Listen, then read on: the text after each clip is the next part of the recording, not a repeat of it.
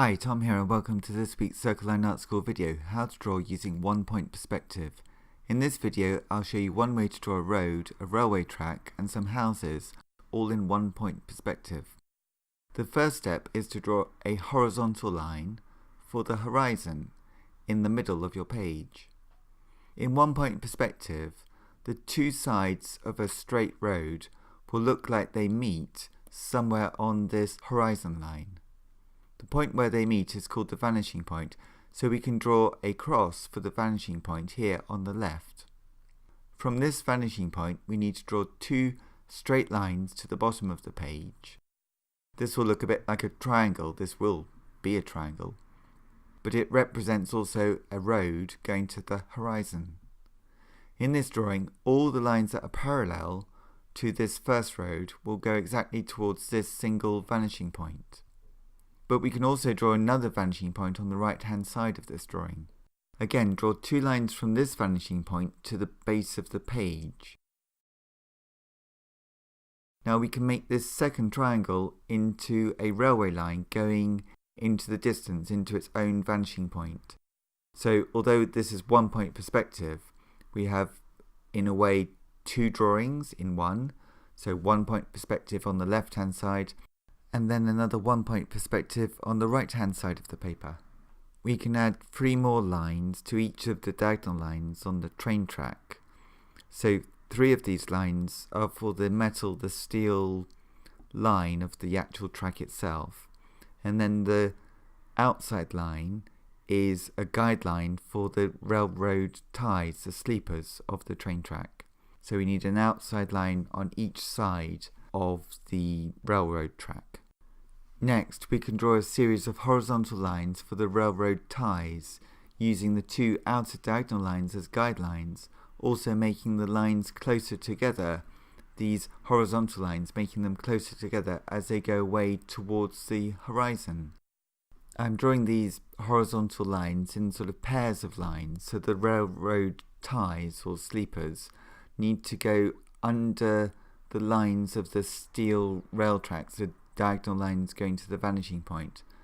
So the railroad ties are the horizontal lines, and then the steel rail tracks are the diagonal lines going to the vanishing point. Now for each of these horizontal pairs of lines, we can draw a short vertical line sort of at the end of each of the lower pairs of lines, and then we can join these little vertical lines up with a new horizontal line, again going underneath the diagonal lines which go to the vanishing point, and this will be for the edge, for the thickness of the railroad ties themselves. Next, we can shade in these sides so that each of the ties or sleepers has a dark side to its base. Now shade in the left hand side of the steel track, and then on the left hand side the cast shadow, the shadow coming off the steel track, will sort of be higher on the ties, the sleepers, and lower on the spaces in between the sleepers. Now we can erase the outer guidelines of the railroad ties, as we no longer need them. Now in the middle of this drawing we can draw a house in 1 point perspective.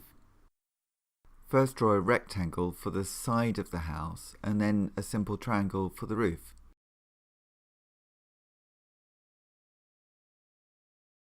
We can erase the horizontal line inside the rectangle, we no longer need that. Next we need to choose just one of our vanishing points, as this is a drawing in 1 point perspective. So I will choose the vanishing point on the left, so this house will be parallel to the left hand road, and all of the diagonal lines for the side of the house will only go to the vanishing point on the left hand side. So this house is in 1 point perspective, the same 1 point perspective as the road. Next, choose how far back you want the house to go, and then we can draw a vertical line at that point. We can now copy the front diagonal line of the roof to redraw this line as the back of the roof using the same angle as we have on the front. Now we could add a simple extension to this house. First of all, just draw a vertical line on the left, Next, we need to find out where this vertical line can be on the right, the sort of right-hand side. To do that, just draw the back line of the house, and then we can add a diagonal line from the vanishing point going to the right-hand corner of the house. Next, where these two lines meet at this point, we can draw a vertical line going up, and this will be the corner of the house extension on the right. Next, we can draw a triangle for the roof. And then if we read the lines across to the vanishing point that we're using on the left, we just need to add a back line here, a vertical line for the back of this building.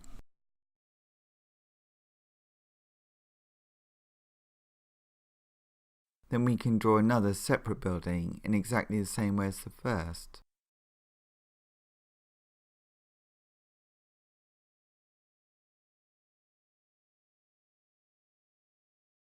I think I'll add a taller building in the distance here too.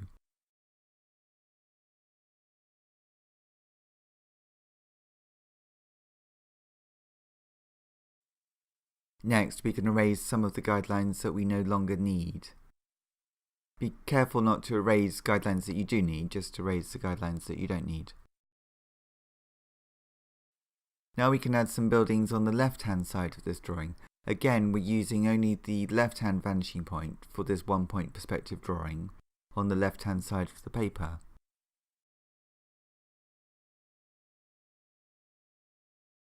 So all of these buildings, the verticals of all of these buildings will be straight lines, vertical straight lines, but the diagonals will all go to the single one points, the single vanishing point for this side of the drawing. Because all of these buildings are parallel to the road, and the road uses this one single vanishing point. Once you have completed some simple buildings on the left-hand side, we could draw a pavement edge from the left-hand vanishing point to the middle of the drawing, and then make a little short vertical line for the corner of the pavement. Now next we can repeat this and draw the thickness of the pavement going to the right vanishing point. Now I think in this drawing this will be the only shape, this pavement shape, will be the only shape that uses both the left and the right vanishing points. The rest of the drawing will either use the left vanishing point or the right vanishing point, never the both together. Next we can draw some more rectangles for more buildings on the right hand side of the drawing. Now all of these must use only the right vanishing point, the single one point vanishing point on the right, as they're all in 1 point perspective, but the 1 point are all the parallel lines which are parallel to the railway track that we drew at the beginning of the drawing. So now on the far right we can draw some more simple buildings using our technique of 1 point perspective to make this two-dimensional drawing look more three-dimensional, more 3D. Next we can add some details to our drawing. If you divide the horizontal line into even parts on the left here on this building, we can then draw lines from these marks to the vanishing point on the left, and then in that way we create some floors for the building. A vanishing point is essential for perspective drawing. It is the point that is at the height of the eye of the viewer of the image. So in this drawing, which is just some made up imaginary buildings and roads, we're looking at it from a certain height, and that height is the height of the horizon, the first line that we drew in this drawing. Now all the tops of the doors, if they are going away from us on a diagonal, all the tops of the doors will be all along one diagonal line, and that's the way that you find out how high each door is as it goes away from you. You just draw a diagonal line from the top of the front door, the nearest door to us, all the way to the vanishing point, and then any other doors that you want to draw will go up to this diagonal line. Next we could draw a signpost in the middle of our drawing. The sign of the signpost could be parallel to either the left or the right vanishing point. I think I'll choose the left vanishing point, and this means that the top and the bottom parts of the sign need to go diagonally straight to the vanishing point on the left. Next, we could draw a dustbin or a garbage can, just an ellipse, a squash circle on its base, and then a vertical sides, and then another series of ellipses for the lids of the garbage can. We could draw some elliptical bands around the dustbin or garbage can too. Now we could add a thickness to the pavement edge. The pavement edge is the one thing that's in 2-point perspective, so it needs to be going to the left vanishing point and also to the right vanishing point. Next, on the left, we could draw a crossing, a zebra crossing. That's 2 horizontal lines, and then we can divide these 2 horizontal lines into a series of segments, and each of these segment lines goes towards our single vanishing point. We could add some small poles and wires in this drawing, some aerials and radio masts, things like that. We could also add some electrical wires along the railway too.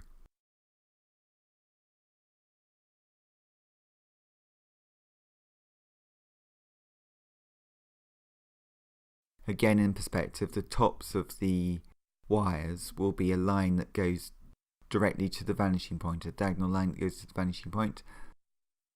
Then they'll all be in 1-point perspective. I think I'll make this building here a little bit taller so it goes above the wires that I've just drawn. For this drawing, because of the shading on the railway track is on the left hand side, I'll keep that continuity and shade the buildings in on their left hand side too. For this drawing I'm using a 4B pencil. Any soft dark pencil will do well.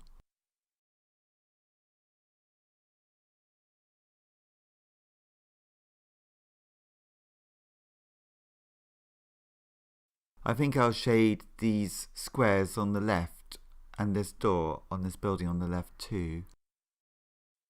Along here we can add some diagonal blending, graded blending, sort of going from dark to light and then dark again, just by changing the pressure of the amount of pressure that you put on the pencil. In a drawing like this, I think often you can keep finding small new areas where you can add little bits of detail. It's always a balance to not do too much detail and not too little detail. It's just a personal preference of finding things that you think will be interesting to draw, but also will help the overall drawing. So you're looking at details, but also you're thinking about how those details will relate to the overall image to make it so that it's an interesting drawing to look at. And when you look at parts of the drawing, your eyes sort of led to other parts in the drawing, so it becomes a drawing that's interesting to look at because of the connections within the drawing, sort of the connections embedded within the drawing. Now, all of these buildings and objects will have cast shadows, that is, shadows that aren't on the object, but they're thrown from the object by the light source. Now, in this drawing, the light source is on the right, so all the cast shadows will go towards the left-hand side. I'll start by drawing some faint outlines of where these cast shadows will go towards the left.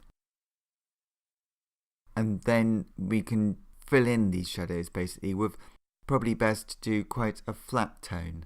So a tone that's quite even, a shading that's quite even. It doesn't sort of modulate between light and dark, it stays quite flat. So anyway, we'll just block in some cast shadows. I think I'll add a few more details, just a few finishing touches to this drawing. The edge of the pavement, where we're looking both right and left at the same time. So if you look at the pavement, you can see it going left and see it going right. But if you look at the buildings, either they're going to the right vanishing point in 1-point perspective, or they're going to the left vanishing point in 1-point perspective. So really it's 2 drawings in one. If you find this drawing useful for your own drawings, please subscribe to my YouTube channel, Circle Line Art School, and stay up to date with all the drawing videos that I make. I make a new drawing each week. Thank you very much for watching, keep drawing, and see you next time. Bye bye.